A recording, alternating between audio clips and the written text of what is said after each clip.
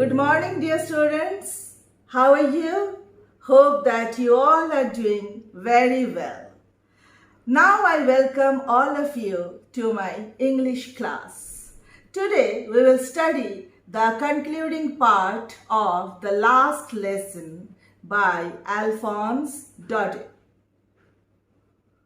Education means enabling the mind to find out that ultimate truth which emancipates us from all sorts of bondage and gives us wealth, not of things, but of inner light, not of power, but of love. It is a process of enlightenment. It's a divine wealth. It helps in the realization of truth. Now let's understand the effect of war on language, especially mother tongue. War destroys communities and families and often disrupts the development of the social and economic fabric of nations. The effects of war include long-term physical and psychological harm as well as reduction in material and human sources, or rather resources. Wars can have a major effect on language as they bring about language contact situations which can disturb and change the language ecology of a region. War and peace are an integral part of the history of mankind. युद्ध का मातृभाषा पर प्रभाव। भाषाई साम्राज्यवाद यानी linguistic imperialism उस स्थिति को कहते हैं जिसमें किसी सबल राष्ट्र की भाषा किसी निर्बल राष्ट्र की भाषा, शिक्षा और शासन आदि विविध क्षेत्रों से देशी भाषाओं का लोप कर देती है। भाषाई साम्राज्यवाद का सबसे बड़ा दुष्परिणाम यह होता है कि स्वदेशी भाषाएं एवं बोलियां उपेक्षित हो जाती है। कुछ मामलों में उनके लुप्त होने का भी प्रबल खतरा उपस्थित हो जाती है।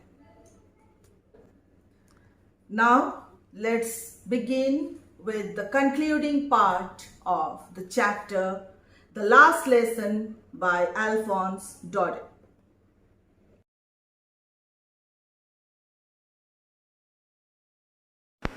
After the grammar, we had a lesson in writing. That day, M. Hamel had new copies for us, written in a beautiful round hand. Franz Alsace, Franz Alsace. They looked like little flags floating everywhere in the schoolroom, hung from the rod at the top of our desk. You ought to have seen how everyone set to work and how quiet it was. The only sound was the scratching of the pens over the paper. Once some beetles flew in, but nobody paid any attention to them, not even the littlest ones, who worked right on tracing their fishhooks, as if that was French too.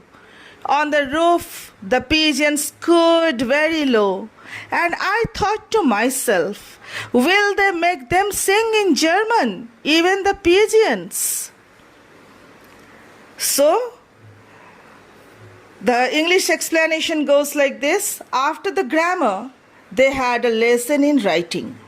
M. Hamel gave them new copies on which was written in beautiful handwriting, Franz Alsace, Franz Alsace. The copies looked like little flags in the schoolroom. Everyone started walking very quietly, with rapt attention. Franz wondered whether the pigeons on the roof would be made to sing in German too.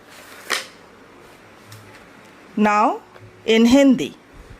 व्याकरण के पश्चात हमारे लिए writing का एक lesson था।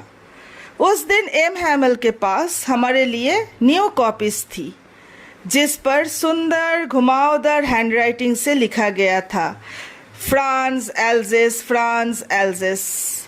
वे school के कमरे में जगह जगह लहराते हुए झंडों की तरह दिखते थे।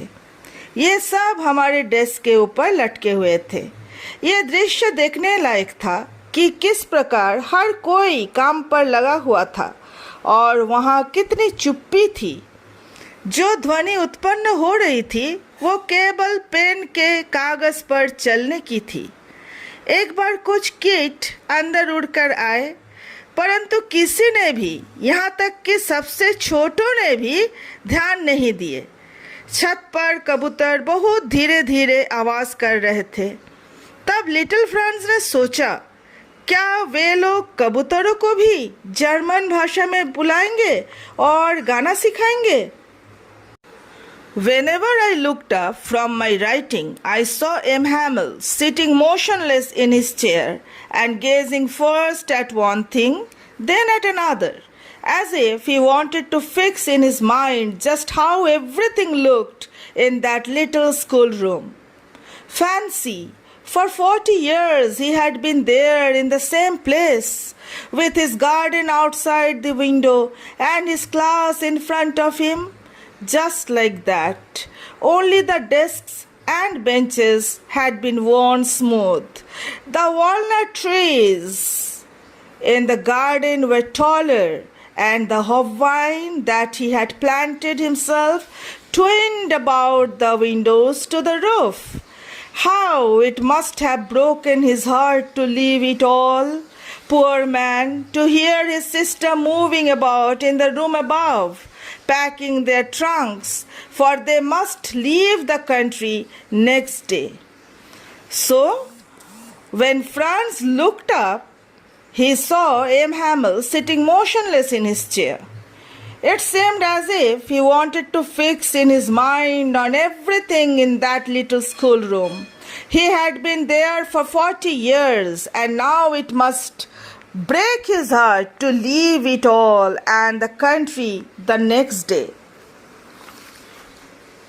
जब भी लिटिल फ्रांस लिखते लिखते ऊपर के तरफ देखा तो उसने एम हैमल को अपनी कुर्सी पर स्थिर बैठे हुए कभी एक वस्तु को तो कभी दूसरी वस्तु को निहारते हुए देखा, जैसे वो अपने मस्तिष्क में ये सुनिश्चित करना चाहते थे कि उस छोटे से कमरे में हर वस्तु कैसे दिखाई देती थी। यू जस्ट इमेजिन 40 years तक एम हैमल इसी स्कूल में अपनी जीवन का मूल्यवान 40 years समर्पित किए हैं। उसी क्लासरूम के बाहर उनका बगीचा था और उनके क्लास सब कुछ बिल्कुल वैसे की वैसे। इतने सालों में केवल डेस्क और बेंच घिस गए थे। गार्डन में अखरोट के वृक्ष लंबे हो गए थे। ये सब छोड़कर जाने में उनको बहुत कष्ट हो रहा था। But he had the courage to hear every lesson to the very last. After the writing, we had a lesson in history, and then the babies chanted their ba, be, bi, bo, boo. Down there at the back of the room, old Hauser had put on his spectacles and, holding his primer in both hands, spelled the letters with them. You could see that he too was crying. His voice trembled with emotion, and it was so funny to hear him that we all wanted to laugh and cry. Ah, how well I remember it, that last lesson.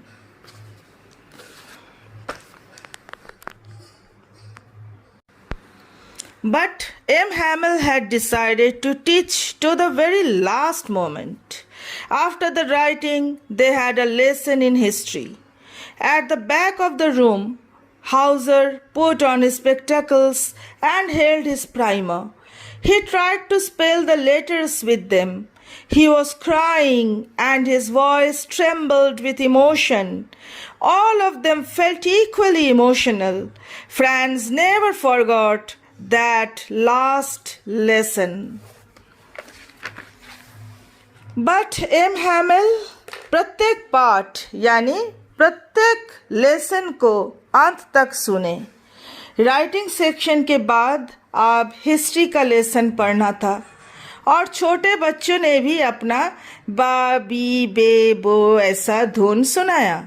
Old Hauser ने भी अपना चश्मा पहन लिए और बच्चों के साथ शब्दों का उच्चारण करने लगे। उनकी आवाज़ भी कांप रही थी। वे भी इमोशनल यानी भावुक हो गए थे। लिटिल फ्रांस को लगा कि वो इतनी अच्छी तरह से इस लास्ट लेसन को समझ गया, बहुत अच्छी तरह से वो लास्ट लेसन को समझ गया। All at once the church clock struck 12. Then the Angelus. At the same moment, the trumpets of the Prussians, returning from drill, sounded under our windows. M. Hamel stood up, very pale in his chair. I never saw him look so tall. Then the church clock struck 12. The bell announced the time for prayer. They heard the trumpets of the Prussians returning from drill. M. Hamel stood up.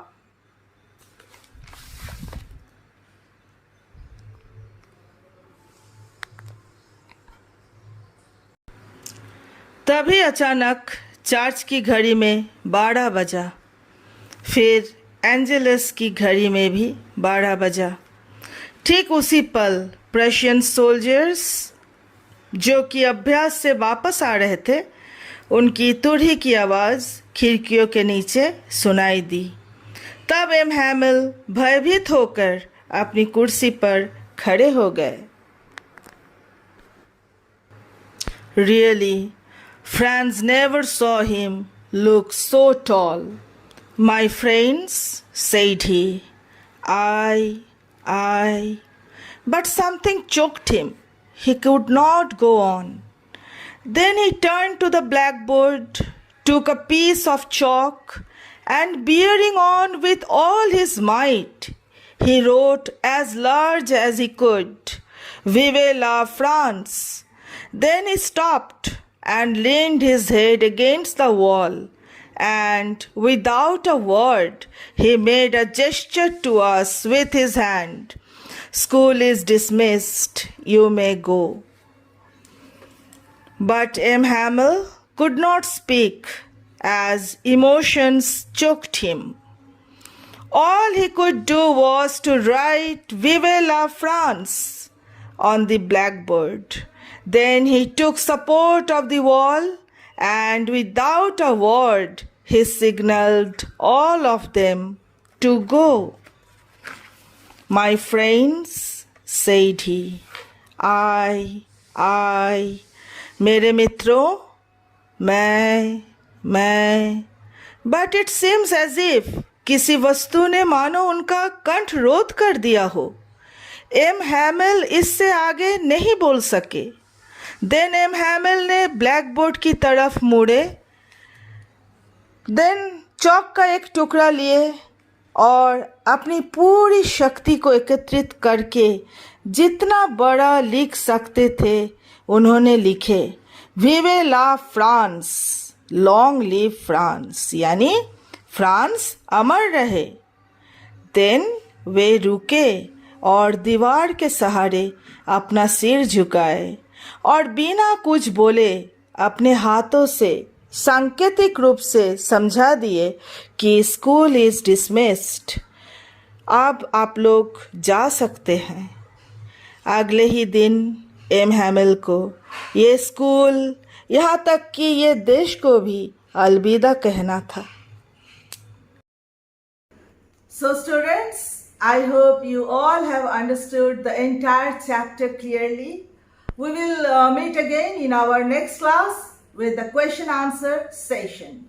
Till then, take care. Goodbye.